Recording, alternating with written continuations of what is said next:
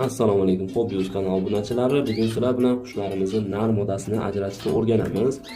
Nar modasini ajratish mumkin bo'ladi o'rtacha 5-6 oy atrofida bo'lganda qushlarimiz, chunki maladoyligida, yoshligida, 2-3 oyligida juda ham ajratish qiyin. Hozir men qo'limga tayyor qilib modamizni ushlab olganman birinchi ajratish uchun. Mana modamiz ko'rib turibsizlar, orqa tarafini olasizlar va pudab ko'rsalar ham bo'ladi. Ko'rganlaringizdek, hech qanaqa ishib chiqqan joyi yo'q. Qarang, nimaga o'xshaydi? Qovunga o'xshab turadi xullas. Hech qanaqa ishib chiqqan joyi bo'lmaydi buni. Endi men sizlarga hozir narini ushlab ko'rsataman. Mana endi qo'limizga narimizni oldik.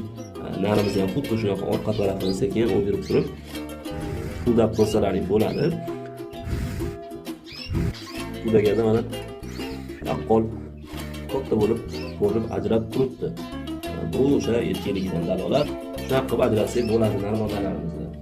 Videoga like bosing va qaysi hayvonni boqishga qiziqishingizni yozing.